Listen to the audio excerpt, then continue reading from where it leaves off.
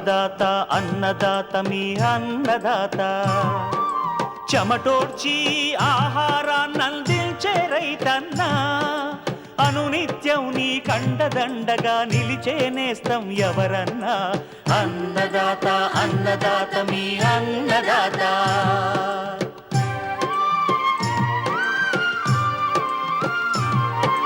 నూతన రీతుల సాగుబడికి నూరింతలు పెరిగే దిగుబడికి సూచనలిచ్చే సస్య రక్షణకు పశు పోషణకి శాస్త్ర విజ్ఞానం అందించి ముందుకు నడిపే తెలుగు రైతు భారతదేశానికి మకుటం అయ్యేలా తీర్చిదిద్దే ఆశయంతో మిమ్ము మేలు కొలిపేది అన్నదాత అన్నదాత అన్నదాత మీ అన్నదాత అన్నదాత అన్నదాత మీ అన్నదాత.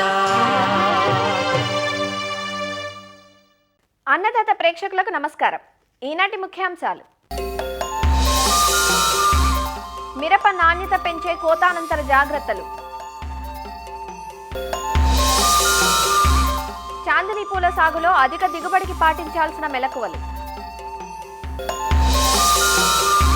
చేపల పెంపకం లాభదాయకంగా ఉండేందుకు రైతులు చేపట్టాల్సిన యాజమాన్య పద్ధతులు,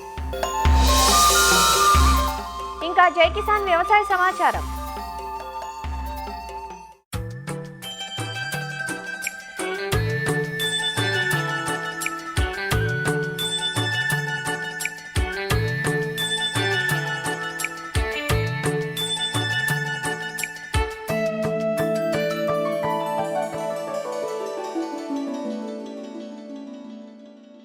చామంతిని పోలిన అందమైన పూబాల చాందిని.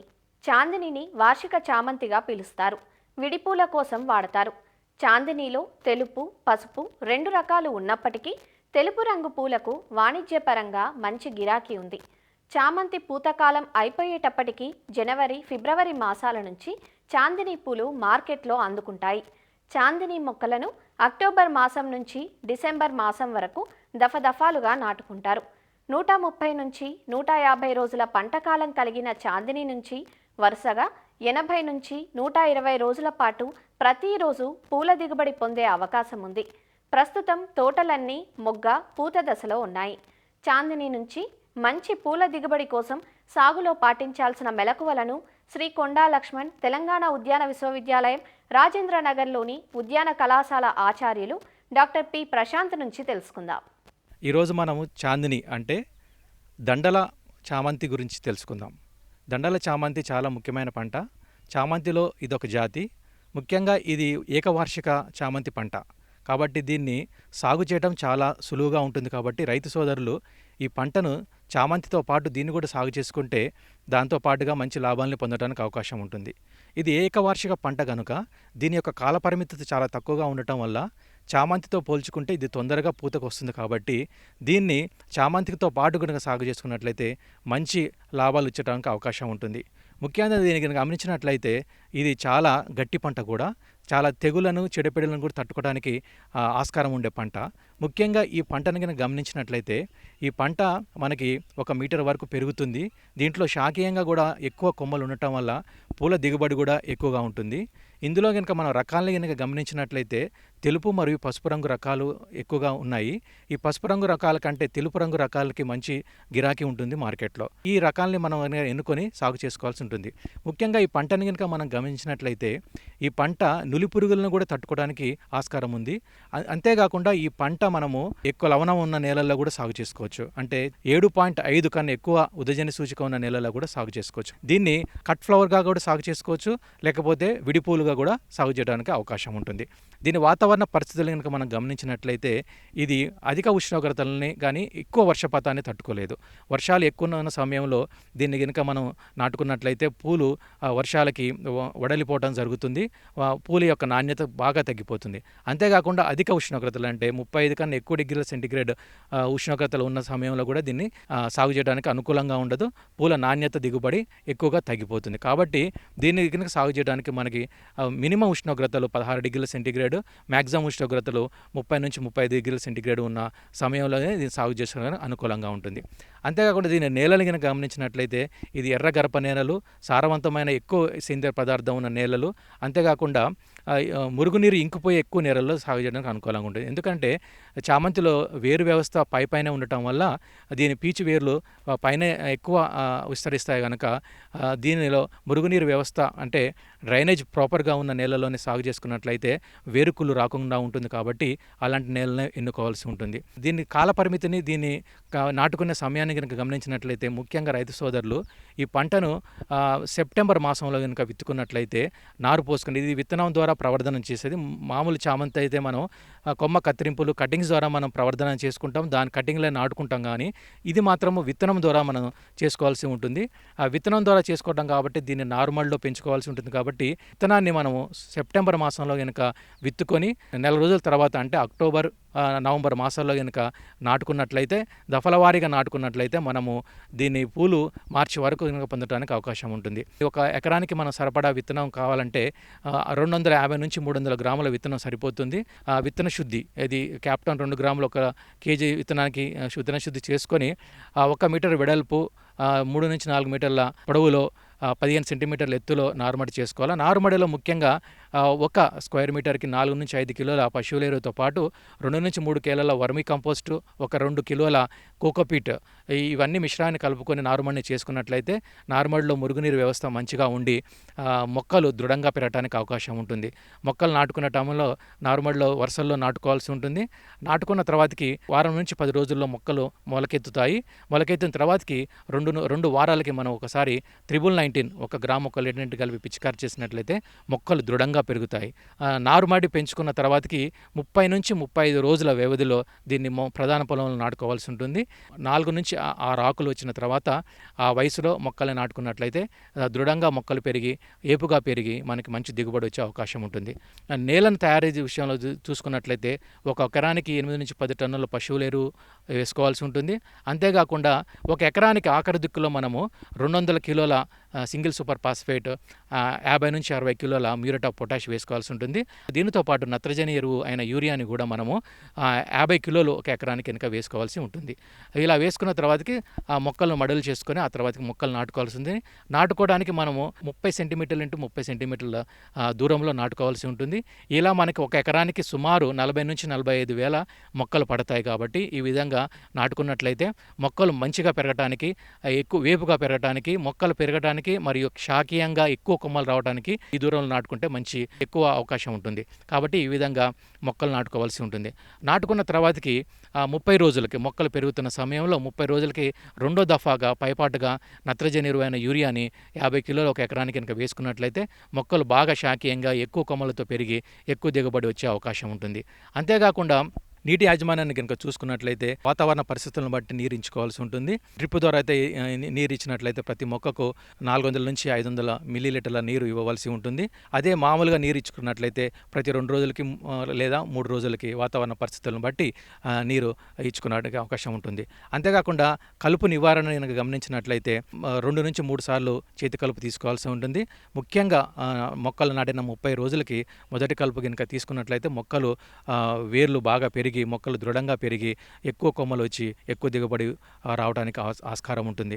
అంతేకాకుండా దీని యొక్క పూత సమయాన్ని మనం గమనించినట్లయితే మనం విడతల వారీగా అంటే ఒకటేసారి కనుక విత్తనం పోసుకోకుండా 15 రోజుల వ్యవధిలో 3 నుంచి 4 సార్లు కనుక విత్తనాన్ని పోసుకొని 3 నుంచి 4 సార్లు కనుక ప్రధాన పొలంలో నాటుకున్నట్లయితే మనకి డిసెంబర్ మాసం నుంచి మార్చి మాసం వరకు పూలను పొందడానికి అవకాశం ఉంటుంది. కాబట్టి దీని నాటిన మనకి 50 నుంచి 60 రోజులకు పూతకు వస్తుంది.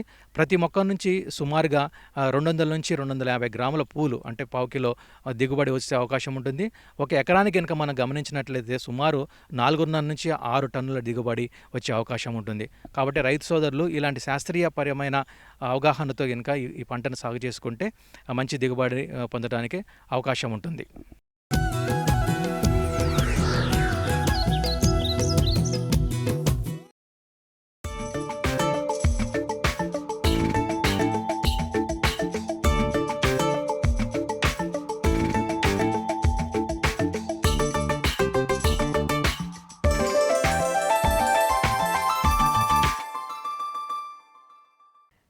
తెలుగు రాష్ట్రాల్లో సాగవుతున్న ప్రధాన వాణిజ్య పంట మిరప. విశ్వ విపణిలో మనం పండించే మిర్చికి మంచి పేరుంది. గుంటూరు, వరంగల్, ఖమ్మం జిల్లాలు మిరప సాగుకు పెట్టింది పేరు. అయితే ఏటికేడాది మిరప సాగులో సమస్యలు పెరుగుతున్నాయి. ప్రస్తుతం అన్ని ప్రాంతాల్లో మిరప చేలల్లో కోతలు చేస్తున్నారు. మిర్చి సాగంతా ఒకెత్తైతే కోత అనంతర జాగ్రత్తలు మరో ఎత్తు. మిరప రైతులు కోత సమయంలోనూ కోత అనంతరం సరైన జాగ్రత్తలు తీసుకుంటే కొంతవరకు నష్టాలను అధిగమించే వీలుంది.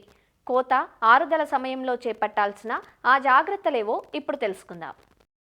మిరప పంట రకాల ఎంపిక, పంట వేసే సమయం మరియు వాతావరణ పరిస్థితులను బట్టి 150 నుంచి 180 రోజుల్లో చేతికంది వస్తుంది. నారు నాటిన 50 నుంచి 60 రోజులకు పూత వస్తుంది.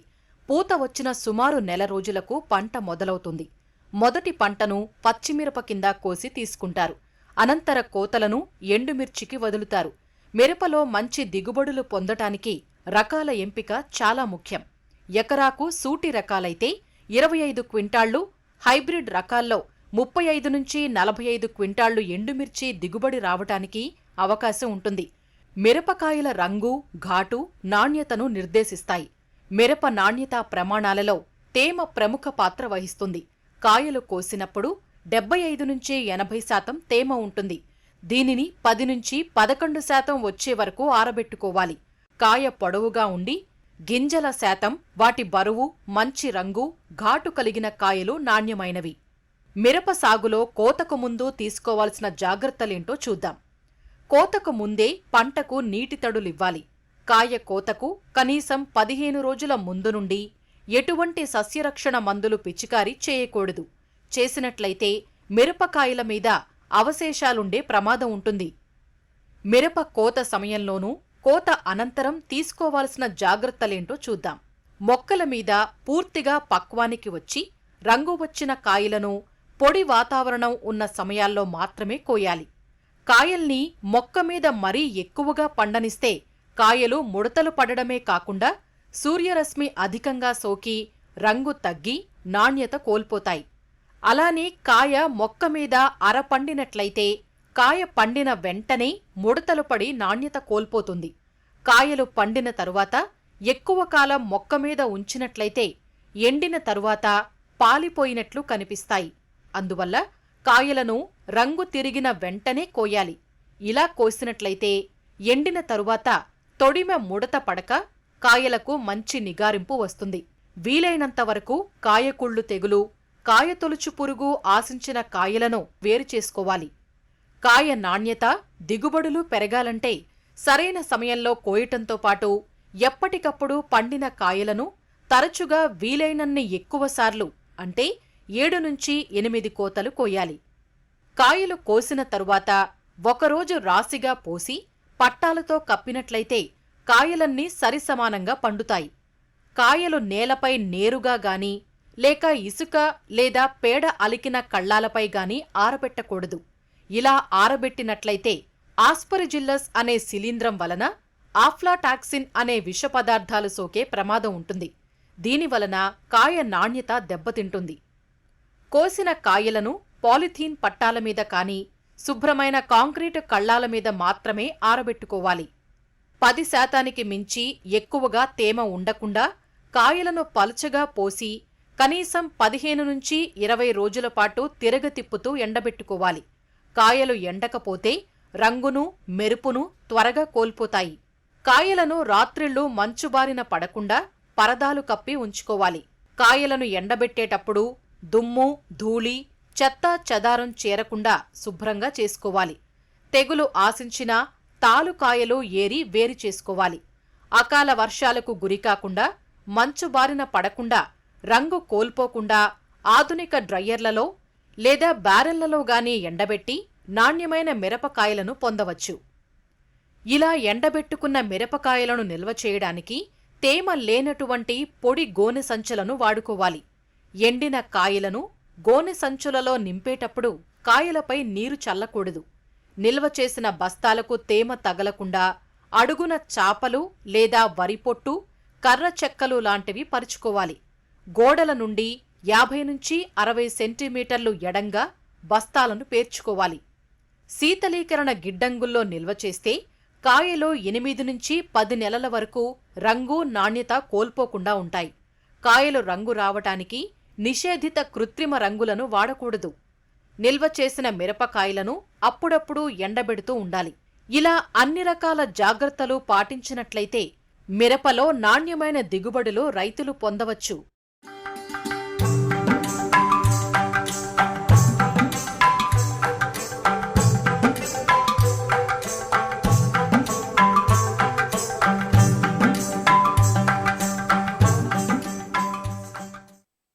ఆంధ్రప్రదేశ్లోని కోస్తా తీర ప్రాంతంలో మంచినీటి చెరువులు ఎక్కువగా ఉన్నాయి.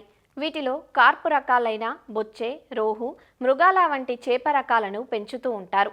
కార్పు చేపల పెంపకంలో విత్తనం, మేతల ఖర్చులు బాగా పెరిగిపోయాయి. సాధారణంగా అధిక శాతం రైతులు చేప పిల్లల కోసం నర్సరీలపై ఆధారపడుతుంటారు. చేప పిల్ల పరిమాణం, వయస్సును బట్టి పెంపక కాలం ఆధారపడి ఉంటుంది. కాబట్టి రైతులే సొంతంగా పిల్లను మూడంచెల పద్ధతిలో పెంచుకొని సైజు వచ్చాక పెంపక చెరువుల్లో నిల్వ చేస్తే ఖర్చులు కొంతవరకు తగ్గుతాయి. వీటితో పాటు వెన్నామి రొయ్యలను కలిపి పెంపకం చేసినప్పుడు రైతులు అదనపు ఆదాయం పొందే వీలుంటుందంటూ వివరాలు తెలియజేస్తున్నారు ఆచార్య ఎన్జీ రంగా వ్యవసాయ విశ్వవిద్యాలయం, నెల్లూరు జిల్లా కృషి విజ్ఞాన కేంద్రం మత్స్యశాఖ విభాగం శాస్త్రవేత్త డాక్టర్ హరిసాధు. కార్పు చేపల పెంపకం అనేది 3 టైర్ సిస్టమ్ విధానంలో జరగాలి. 3 టైర్ విధానం అనగా నర్సరీ విధానం ఒకటి, రీరింగ్ విధానము, అలానే గ్రోఅవుట్ విధానం. నర్సరీ విధానంలో దాదాపు 3 నెలల పాటు ఈ స్పాన్ని మనం సాగు చేసినట్లయితే దాదాపు నర్సరీ చెరువుల యొక్క విస్తీర్ణము 10 నుంచి 20 సెంట్ల లోపు ఉండొచ్చు. సుమారు 3 నెలల కాలంలోనే మనకు 30 గ్రాముల సైజుకు వస్తాయి. అయితే ఈ నర్సరీ చెరువుల్లో ఈ ప్రోటీన్ శాతం ఎక్కువ ఇవ్వాలి కాబట్టి వేరుశనగ చెక్క, తవుడు మనం సమపాళ్ళలో ఇచ్చినట్లయితే నర్సరీ చెరువుల యాజమాన్యం అనేది సాగిపోతుంది. తర్వాత ఈ నర్సరీ చెరువుల్లో ఉండేటటువంటి చేప పిల్లలని దాదాపు 6 నుంచి 9 నెలల పాటు రీరింగ్ చెరువుల్లో మనం సాగు చేయాలి. అలా రీరింగ్ చెరువుల్లో మనం సాగు చేసినట్లయితే సుమారు 150 నుంచి 200 గ్రాముల సైజుకి 9 నెలల కాలంలోనే చేరే అవకాశం ఉంటుంది. తదుపరి మనం ఈ రీరింగ్ చెరువుల నుంచి వచ్చేటటువంటి చేపలను మనం పట్టుబడి చేసి పెంపక చెరువుల్లో సాగు చేసినట్లయితే పెంపక చెరువుల్లో దాదాపు 6 నుంచి 7 నెలలకే కిలో నుంచి 1.5 కిలో సైజు వచ్చే అవకాశం ఉంటుంది. విధిగా 7 బారిన పిల్లలను సాగు చేసినట్లయితే మాత్రమే మనకు కార్పు చేపల పెంపకంలో సాగు ముందుకు పోయే అవకాశం ఉంది. అలా కాకుండా రైతులు ఈ దళారుల నుంచి చేపలను కొని సాగు చేసినట్లయితే ఈ 4 నుంచి 5 నెలల వయసు ఉండేటటువంటి చేపలని 7 బారిన పిల్లలుగా చెప్పడం జరుగుతుంది. అలాంటి చేపలను మనం రైతులు తీసుకొచ్చి సాగు చేసినట్లయితే పంట కాలం పెరిగిపోయి మేత ఖర్చు పెరిగిపోయి నష్టాలు పడే అవకాశం ఉంటుంది. కనుక ప్రతి రైతు కూడా విధిగా ఈ 3 విధానాలని వారి యొక్క చెరువుల్లో పాటించాలి. కార్పు చేపల పెంపకంలో దీనికి ఉండేటటువంటి లిమిటేషన్స్ దీనికి ఉన్నాయి. అందులో ప్రధానంగా మనకు మేత ఖర్చు పెరిగిపోయింది. యాజమాన్య పద్ధతుల మీద మందులైతేనేమి, మిగతా అంశాల మీద అయితేనేమి, లేబర్ విషయంలో అయితేనేమి అన్ని విధాలా మనకు ఖర్చు పెరిగిపోయినందువలన కిలోకి దాదాపు 90 రూపాయల వరకు పంట ఖర్చు అవుతూ ఉందన్నమాట. రైతు అమ్మేటప్పుడు 120 రూపాయలకు అమ్మగలుగుతున్నాడు. అంటే కిలోకి 30 రూపాయలు మాత్రమే ఆదాయం వచ్చే పరిస్థితి ఉంది. అలా ఈ కార్పు చేపల పెంపకంలో మనం ఎకరాకి 3000 చేపల సాగు చేసి 3 టన్నులు తీసినప్పటికి కూడా దాదాపు 10 నెలలు లేదా సంవత్సరానికి కేవలం 1,00,000 రూపాయల ఆదాయాన్ని మించి రావట్లా. ఇలా 3 టైర్ సిస్టమ్ పాటించిన పక్షంలో 2 సంవత్సరాల్లో 3 క్రాపులు దిగలుగుతాం కనుక ఎకరాకి 2 సంవత్సరాల్లో 3 లక్షల వరకు సంపాదించే అవకాశం ఉంటుంది. అయితే వీటితో పాటు రైతులు విధిగా కొన్ని శాస్త్రపరమైనటువంటి టెక్నిక్స్ వాడుకోవడం మంచిది. ఈ యొక్క కార్పు చేపలతో పాటు వెన్నామి రొయ్యలను మనము ఎకరాకి 70 నుంచి 1,00,000 వరకు వెన్నామి రొయ్య పిల్లలను మనం సాగు చేసినట్లయితే, వాటితో పాటు సాగు చేసినట్లయితే మనకు అదనంగా దాదాపు 500 నుంచి 600 కిలోల వరకు దిగుబడి వస్తుంది. సుమారు ఈ రొయ్యల ద్వారానే మనకు దాదాపు 1,00,000 రూపాయల నికర ఆదాయం వస్తుంది. అలా చేపల సాగు 3 టైర్ సిస్టమ్ పాటించిన పక్షంలో కూడా గ్రోవుడ్ చెరువులు ఉంటాయి కాబట్టి ఆ గ్రోవుడ్ చెరువుల్లో మనం ఈ పాలికల్చర్ విధానంలో వెన్నామి రొయ్యలను సాగు చేసే అవకాశం మనకు ఉంది కనుక 2 సార్లు మనం వెన్నామి రొయ్యలను మనం ఆ కార్పు చేపలతో పాటు మనం సాగు చేయొచ్చు. అలా చేసినప్పుడు ప్రతి క్రాపులో కూడా ఎకరాకి 1,00,000 రూపాయల ఆదాయం వస్తుంది. అలా చేపల్లో వచ్చే 1,00,000 రూపాయల ఆదాయంతో పాటు వెన్నామి రొయ్యలు ఇంకొక మరో 2 లక్షల రూపాయల దాకా ఆదాయం వచ్చే అవకాశం ఉంటుంది. రైతులు రైతులు ఇలాంటి శాస్త్రపరమైనటువంటి పరిజ్ఞానాన్ని కృషి విజ్ఞాన కేంద్రం నుంచి మనం గత 15 సంవత్సరాలుగా ఈ విధానాన్ని మనం ప్రాచుర్యంలోకి తీసుకొచ్చాం. అది చాలామంది రైతులు పాటిస్తున్నారు. అయితే ఏది ఏమైనప్పటికీ కూడా మనకు వ్యాధులు అనేది సహజంగా మనకు వస్తూనే ఉన్నాయి. కారణం ఏంటంటే మనకు చెరువును ఎండబెట్టే పరిస్థితి లేదు.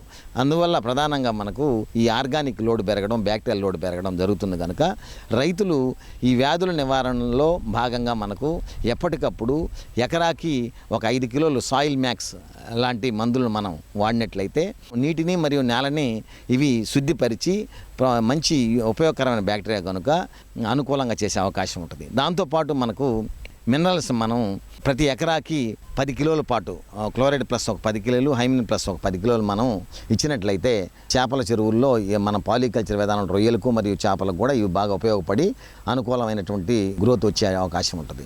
వీటితో పాటు మనకు నీటిలో ప్రధానంగా శానిటైజర్లో భాగంగా శాన్ఫెక్ట్ అనేటటువంటి మందుని మనం ఎకరాకి 500 ml చొప్పున మనం వాడినట్లయితే మనకు ఎప్పటికప్పుడు నీరు చిక్కబడకుండా బ్యాక్టీరియల్ లోడ్ పెరగకుండా మనకు అనుకూలంగా ఉంటుంది. బ్యాక్టీరియల్ లోడ్ ఎక్కువైపోయినప్పుడు టాక్స్ కేర్ అనేటటువంటి మందును ఎకరాకి మనం ఒక 1/2 కిలో వరకు మనం ఇవ్వడం వల్ల ప్రతికూల పరిస్థితి నుంచి బయటపడే అవకాశం మనకు ఉంటుంది. వీటన్నిటితో పాటు మనకు మిన్ టోటల్ అనేటటువంటి మినరల్స్ మిక్చర్, ఇది ఎకరాకి ఒక 5 కిలోలు మనం అప్లై చేయడం ద్వారా మనకు చేపలకైతేనేమి రొయ్యలకైతేనేమి పాలికల్చర్లో మనకు కావాల్సినటువంటి మినరల్స్ మనకు అందించే అవకాశం మనకు ఉంటుంది. మేతలు ఓవర్ ఫీడింగ్ ఇవ్వకుండా, ఎప్పుడైనా సరే అండర్ ఫీడింగ్ వల్ల నష్టం లేదు కానీ ఓవర్ ఫీడింగ్ ప్రమాదకరం కనుక రైతులు ప్రతి 15 రోజులకు ఒకసారి ఒకరోజు మనం ఖచ్చితంగా మనం మేతలు ఆపడం అనేది చాలా మంచిది. ఈ రాబోయే వేసవ కాలంలో నీటి లోతు అనేది అన్నిటికన్నా ముఖ్యమైనది. నీటి లోతును మనం క్రమబద్ధీకరించుకోవాలి. అలానే ఈ కార్పు చేపలతో పాటు వెన్నామి రొయ్యలను వేసే పక్షంలో రైతులు ఎకరాకి కనీసం ఒక 3 HP ఏరేటర్ మనం ఉంచడం వల్ల నీటికి కావాల్సినటువంటి ప్రాణవాయువు ఉంటుంది కనుక ఈ పెరుగుదల విషయంలో మనకు అన్ని అనుకూలంగా ఉండి FCR బాగా తగ్గి రైతులకు అధిక ఆదాయం వచ్చే అవకాశాలు ఉంటాయి.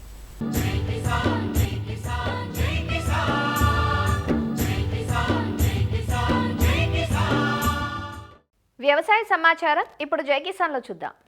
పార్వతీపురం మన్యం జిల్లా రస్తా కుంటుబాయి కృషి విజ్ఞాన కేంద్రంలో కిసాన్ మేళా కార్యక్రమం జరిగింది. ఇందులో భాగంగా రైతులకు సాగులో సూచనలతో పాటు నూతన రకాలను శాస్త్రవేత్తలు పరిచయం చేశారు. అలానే రైతులకు అందుతున్న రాయితీలు, ప్రభుత్వ పథకాల గురించి అధికారులు వివరించారు.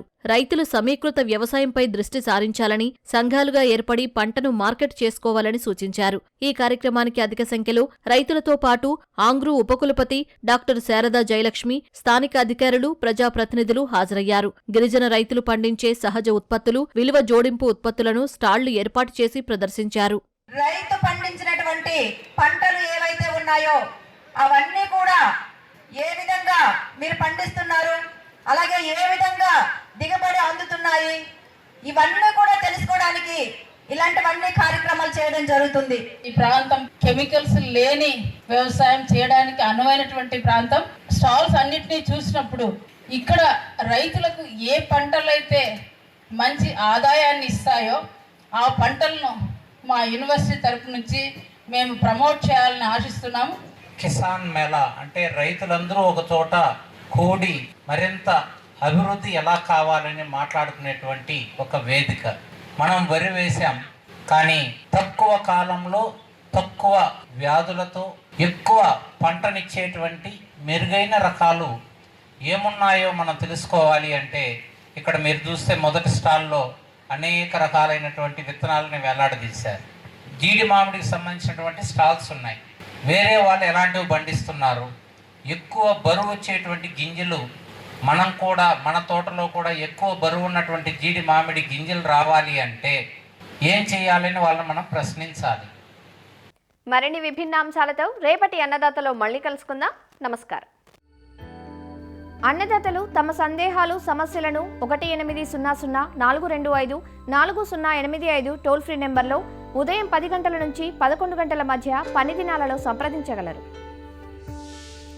ఈ కార్యక్రమాన్ని యూట్యూబ్లో www.youtube.com/annadaata ETV లింక్ ద్వారా వీక్షించవచ్చు.